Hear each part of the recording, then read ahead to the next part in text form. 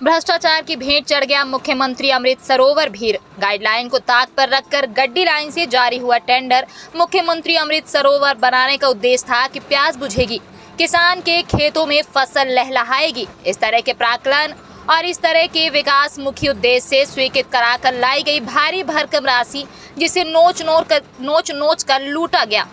मुख्यमंत्री अमृत सरोवर की दुर्दशा देखने को मिल रही है। जिस किसान को आस लगी थी कि अब पत्थर पर भी दूब जमेगी, हरियाली आएगी, जो हमारे आसपास के खेत हैं इनमें भी आएगा पानी, पर हकीकत कुछ और ही बयां कर रही है। जिस तरह से पिपरछत और लालगंज बांध भ्रष्टाचार की भेंट चढ़ गया, उसी तरह इसे भी भ्रष्टाचार की भेंट चढ़ा दिया गया, लूट लिया गया। और जिस तरह से इस वर्ष बारिश हुई है, अभी भी खेतों में पानी है, लेकिन जब आप इस अमृत सरोवर की हकीकत देखेंगे तो इस तालाब में भारी बरसात में भी पानी नहीं है। कैसे एक ठेकेदार द्वारा 70 से 80 लाख रुपए भ्रष्टाचार करके निकाल लिए गए और वह यहां से अपना बोरिया बिस्तर बांध कर निकल गए, और विभाग के लोगों ने प्रायोजित तरीके से उन्हें ब्लैक लिस्ट कर दिया। आखिर ब्लैक लिस्ट ही क्यों, रिकवरी क्यों नहीं बनी? फिर उन्हीं के एक दूसरे संबंधित भाई ने अकेले टेंडर डाला। गुप्त टेंडर प्रकाशित हुआ, जिसकी जानकारी संबंधित ठेकेदार के अलावा लगता है किसी को नहीं थी, और 28% एवं में काम लिए, और काम कैसा हुआ वह भी आपके सामने है।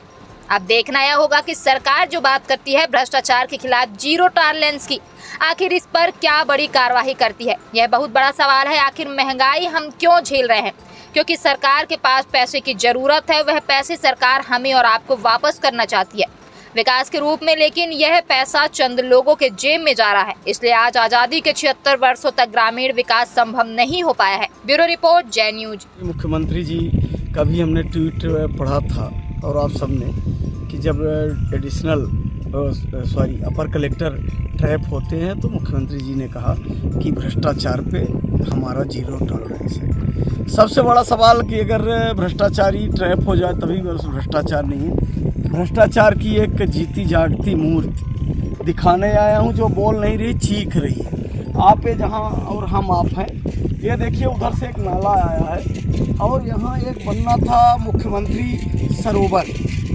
आरएस डिपार्टमेंट द्वारा टेंडर हुआ और लगभग 3.5 करोड़ से ऊपर का ज़्यादा का एक काम था। एक ठेकेदार महोदय आए और आप ये देख रहे हैं कि यहाँ से काम चालू किए। थोड़ा काम हुआ, 4-6 लाख का ब्लास्टिंग किए, पुकलेन लगाए, और 77 लाख के आसपास जैसा हमें जानकारी मिली है। और हमने तो अभी सूचना के अधिकार से लगाया। कमिश्नर साहब, कलेक्टर मऊगंज के यहाँ भी आवेदन अगस्त क्रांति मंच ने दिया है इस भ्रष्टाचार के खिलाफ। आरटीआई के बाद भी अभी तक जानकारी नहीं कमिश्नर साहब के यहाँ से है कि अभी जानकारी नहीं प्राप्त है। अब सबसे बड़ा सवाल कि 77 लाख रुपए, एक 2-4 लाख रुपए खर्च करके निकाले गए और एक ठेकेदार साहब भाग गए। इनको कहने को तो ब्लैक लिस्ट किया गया, लेकिन ब्लैक लिस्ट नहीं, एक सोची समझी रणनीति के तहत काम किया गया। ये इतना सा इन्होंने काम किया था। दूसरे ठेकेदार आते हैं, उन्हीं के भाई हैं, और ये 28% एबव जो एस्टीमेट था उससे 28% ज़्यादा में काम लेते हैं। और आप देख रहे हैं कि साल अच्छी बारिश हुई है, काफ़ी बारिश हुई है, और कहीं पानी का नाम निशान इस तालाब में कहीं पानी का नहीं। ये देखिए, पूरा सूखा है, कहीं पानी नहीं है।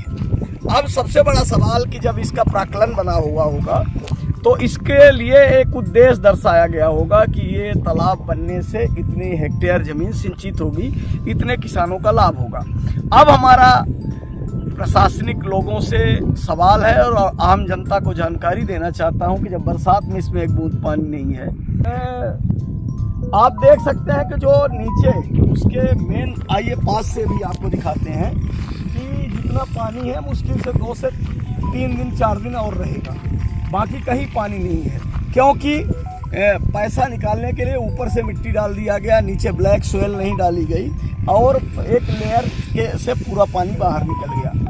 अब जिस उद्देश्य के लिए ये तालाब का निर्माण हुआ था, कई करोड़ रुपए बर्बाद हुए, अगर उस उद्देश्य की पूर्ति नहीं होती तो संबंधित विभाग और संबंधित ठेकेदार पर रिकवरी करना चाहिए। और जिन्होंने इस तरह से 420 किया उनके भी कि स्थान कहाँ था, जियो टैग कहाँ था, या डिजाइन लाइन कहाँ का था, और जिन्होंने प्राक्कलन बनाया, जिन्होंने ये दिखाया कि इतने हेक्टेयर में सिंचाई होगी, अब 1 एकड़ की सिंचाई नहीं हो पा रही है, न हो पाएगी, तो क्या रिकवरी